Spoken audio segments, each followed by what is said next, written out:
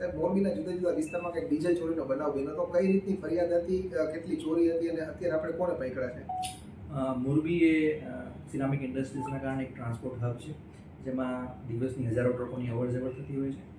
જે ટ્રકોમાંથી ડીઝલ ચોરીની એક ફરિયાદ જાહેર થવા પામેલ હતી. જે ફરિયાદી શ્રી કનારામ ચૌધરી મૂળ રાજસ્થાનના રહેવાસી હતા. તેમની ટ્રકમાંથી 330 લીટર ડીઝલ તથા અન્ય સહાયકની ટ્રકમાંથી ડીઝલ ચોરી થયા અંગેની ફરિયાદ તાલુકા પોસ્ટમાં જાહેર થયેલ હતી.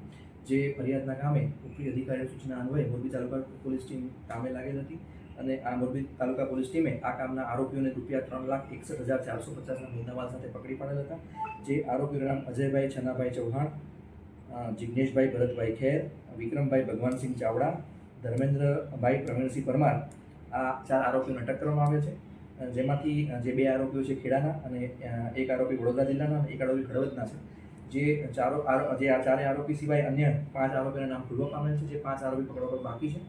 આ કુલ 9 આરોપીઓ એ આંતર જિલ્લામાં ચોરી કરવાની ટેવવાળા છે અને જે બંધ ટ્રક હોય જેમાં ડ્રાઈવર ક્લીનર અવેલેબલ ના હોય તે ટ્રકમાંથી ડીઝલ ચોરી કરવાની આ લોકોની મોડસ ઓપરેન્ડી છે.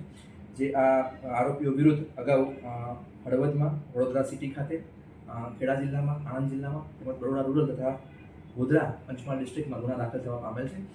જે આરોપીઓ વિરુદ્ધ અન્ય જિલ્લાની પોલીસની પણ કાર્યવાહી ચાલુમાં છે.